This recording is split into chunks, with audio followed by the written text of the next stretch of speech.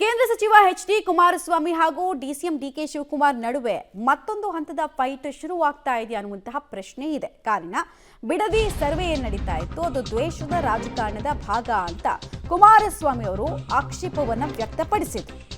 So ಇದಕ್ಕೆ ಸಂಬಂಧಪಟ್ಟಂತೆ ತಿರುಗೇಟು ಕೊಡೋ ಕೆಲಸವನ್ನ ಈಗ ಡಿಸಿಎಂ ಡಿ.ಕೆ. ಶಿವಕುಮಾರ್ ಅವರು ಮಾಡಿದ್ದಾರೆ. ಏನ್ ಹೇಳಿದ್ದಾರೆ ಅಂದ್ರೆ, ಸುಮ್ಮನೆ ಮರ್ಯಾದೆ ಆಗಿದ್ರೆ ಅವರಿಗೇನೆ ಕ್ಷೇಮ.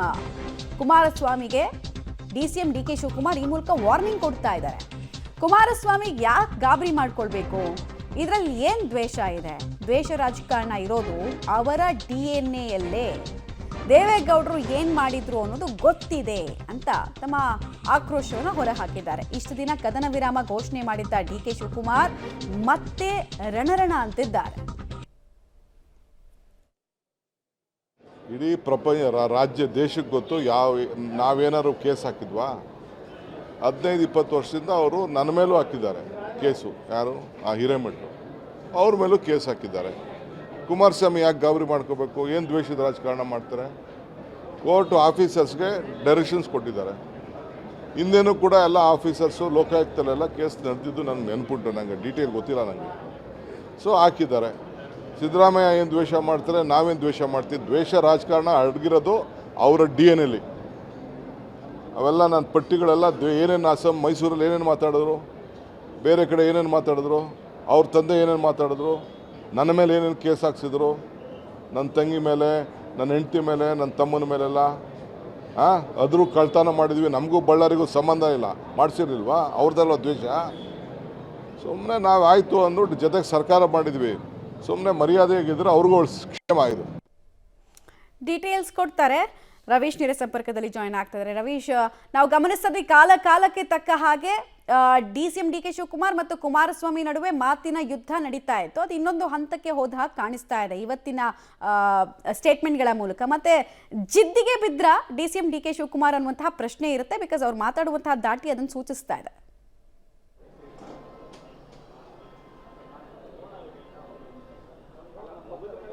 ಮಮತಾ, ಖಂಡಿತವಾಗಿ ಕೂಡ ಡಿ.ಕೆ. ಶಿವಕುಮಾರ್ ಮತ್ತು ಕುಮಾರಸ್ವಾಮಿ ಅವರ ನಡುವಿನ ಈ ಒಂದು ವಾಗ್ಯುದ್ಧ ಏನಿದೆ ಇದು ನಿನ್ನೆ ಮೊನ್ನೆಯದಲ್ಲ. ಯಾಕೆಂದರೆ 700 ವಿಧಾನಸಭಾ ಕ್ಷೇತ್ರದ ಚುನಾವಣೆಯ ಫೈಟ್ನಿಂದಲೂ ಕೂಡ ಒಂದು ರೀತಿಯಲ್ಲಿ ಎರಡೂ ಕುಟುಂಬಗಳ ನಡುವೆ ದೊಡ್ಡ ಮಟ್ಟದಲ್ಲಿ ಫೈಟ್ ಆಗ್ತಾ ಬರ್ತಾ ಇದೆ. ಹಾಗಾಗಿ ಎಲ್ಲೋ ಒಂದು ಕಡೆ ಕಳೆದ ಒಂದು ಸಮ್ಮಿಶ್ರ ಸರ್ಕಾರದ ಅವಧಿಯಲ್ಲಷ್ಟೇ 1-1.5 ವರ್ಷ ಮಾತ್ರ ಅವರಿಬ್ಬರು ಚೆನ್ನಾಗಿದ್ದರು. ಅಲ್ಲಿ ತನಕವೂ ಕೂಡ ಬೇರೆ ಬೇರೆ ರೀತಿಯಲ್ಲೂ ಕೂಡ ಒಂದು ರೀತಿಯಲ್ಲಿ ಬದ್ಧ ವೈರಿಗಳಾಗೇ ಬಂದಿರತಕ್ಕಂಥದ್ದು. ಅಂದರೆ ಇದನ್ನು ರಾಜಕಾರಣದಲ್ಲಿ ಕೆಲವರು ಎಣ್ಣೆ ಸೀಗೆಕಾಯಿ ಅಂತ ಕರೀತಾರೆ. ಜೊತೆಗೆ ಎಲ್ಲೋ ಒಂದು ಕಡೆ ಒಕ್ಕಲಿಗ ಪ್ರಾಬಲ್ಯ ಇರತಕ್ಕಂಥ ಒಂದು ಭದ್ರಕೋಟೆಯಲ್ಲಿ ನಾನು ಅಧಿಪತಿ ಆಗಬೇಕು ಅನ್ನೋದು ಲೆಕ್ಕಾಚಾರಗಳಿಗೋಸ್ಕರ ಫೈಟ್ ಆಗುತ್ತೆ ಅಂತ ಕೂಡ ಹೇಳ್ತಾರೆ. ಅದು ಕಂಟಿನ್ಯೂ ಆಗಿದೆ ಅಷ್ಟೇ. ಯಾಕೆಂದರೆ ಕೇತ್ಗಾನಹಳ್ಳಿ ಒಂದು ಒತ್ತುವರಿ ತೆರವು ವಿಚಾರದಲ್ಲಿ ಇದು ರಾಜಕೀಯ ದ್ವೇಷದ ತೆರವು ಅನ್ನೋದ್ರ ಏನು ವಿಪಕ್ಷಗಳು ಆರೋಪ ಮಾಡಿದರು. ಜೊತೆಗೆ ಕುಮಾರಸ್ವಾಮಿ ಅವರು ಕೂಡ ಒಂದು ರೀತಿಯಲ್ಲಿ ಸರ್ಕಾರದಿಂದ ಕಿಡಿಕಾರಿದ್ರು. ಅದಕ್ಕೆ ಪ್ರತ್ಯುತ್ತರವಾಗಿ ಡಿ.ಕೆ. ಶಿವಕುಮಾರ್ ಅವರು ಕೂಡ ಒಂದು ರೀತಿಯಲ್ಲಿ ಟಾಂಗ್ ಕೊಟ್ಟಿರ್ತಕ್ಕಂಥದ್ದು. ಅಂದರೆ ನನ್ನ ಮೇಲೂ ಕೂಡ, ನನ್ನ ಮೇಲೆ, ನನ್ನ ಹೆಂಡತಿ ಮೇಲೆ, ಜೊತೆಗೆ ನನ್ನ ತಂಗಿ ಮೇಲೆ, ನನ್ನ ತಮ್ಮನ ಮೇಲೆ, ಎಲ್ಲರ ಮೇಲೂ ಕೂಡ ಬಳ್ಳಾರಿಗೆ ಸಂಬಂಧಪಟ್ಟಂಥ ಅದಿರ್ ಕೇಸ್ನಲ್ಲೂ ಕೂಡ ಕೇಸ್ ಹಾಕ್ಸಿದ್ರು. ಅದು ದ್ವೇಷ ಅಲ್ವಾ? ಇವರು ಈಗ ದ್ವೇಷ ಮಾತನಾಡ್ತಾರೆ. ಹಾಗಾಗಿ ಸುಮ್ಮನಿದ್ರೆ, ಮರ್ಯಾದೆಯಿಂದ ಇದ್ದರೆ ಇಬ್ಬರಿಗೂ ಕೂಡ ಕ್ಷೇಮ ಅನ್ನೋ ಒಂದು ಮೆಸೇಜನ್ನು ಪಾಸ್ ಮಾಡಿರ್ತಕ್ಕಂಥದ್ದು. ಹಾಗಾಗಿ ಇದು ಸದ್ಯಕ್ಕೆ ಮುಗಿಯುವ ಲಕ್ಷಣಗಳಿಲ್ಲ. ಯಾಕೆಂದರೆ ಇದು ಮುಂದುವರಿತಾನೆ ಇರುತ್ತೆ. ಯಾಕೆಂದರೆ ಒಬ್ಬರಿಗೊಬ್ಬರು ಒಂದು ರೀತಿಯಲ್ಲಿ ಟಗಫರ್ ಕೊಡುವಂಥದ್ದು ಕೂಡ ಭಾಳಷ್ಟು ನಡೆದುಕೊಂಡು ಬಂದಿದೆ. ಆದರೆ ಇತ್ತೀಚಿನ ದಿನಗಳಲ್ಲಿ ಕೆಲ ಕಾಲ ಒಂದು ರೀತಿಯಲ್ಲಿ ಕದನ ವಿರಾಮವನ್ನು ಡಿ.ಕೆ. ಶಿವಕುಮಾರ್ ಅವರೇ ಘೋಷಣೆ ಮಾಡಿದರು, ಕುಮಾರಸ್ವಾಮಿ ಅವರು ಕೂಡ ಘೋಷಣೆ ಮಾಡಿದರು. ಈಗ ಮತ್ತೆ ಒತ್ತುವರಿ ವಿಚಾರದಲ್ಲಿ ಎಲ್ಲೋ ಒಂದು ಕಡೆ ದ್ವೇಷ ರಾಜಕಾರಣ ಅಂತ ಏನು ಕೇಳಿಬಂತು, ಇದಕ್ಕೆ ಮತ್ತೆ ಫೈಟ್ ಶುರುವಾಗಿರ್ತಕ್ಕಂಥದ್ದು. ಇದು ಯಾವ ಹಂತವನ್ನು ತಲುಪುತ್ತೆ ಕಾದು ನೋಡಬೇಕು ಮಮತಾ.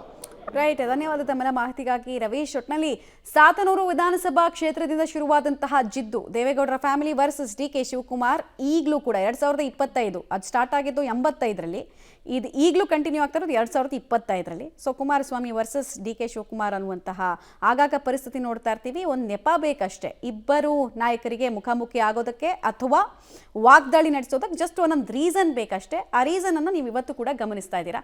ಈ ವಾರ್ನಿಂಗನ್ನು ಇನ್ನು ಹೇಗೆ ಪರ್ಸೀವ್ ಮಾಡ್ತಾರೆ ಕುಮಾರಸ್ವಾಮಿ ಅವರು, ಅವ್ರು ಕೊಡುವಂತಹ ರಿಯಾಕ್ಷನ್ ಯಾವ ರೀತಿ ಇರುತ್ತೆ ಅದನ್ನು ಕೂಡ ನೋಡ್ತಾ ಹೋಗೋಣ.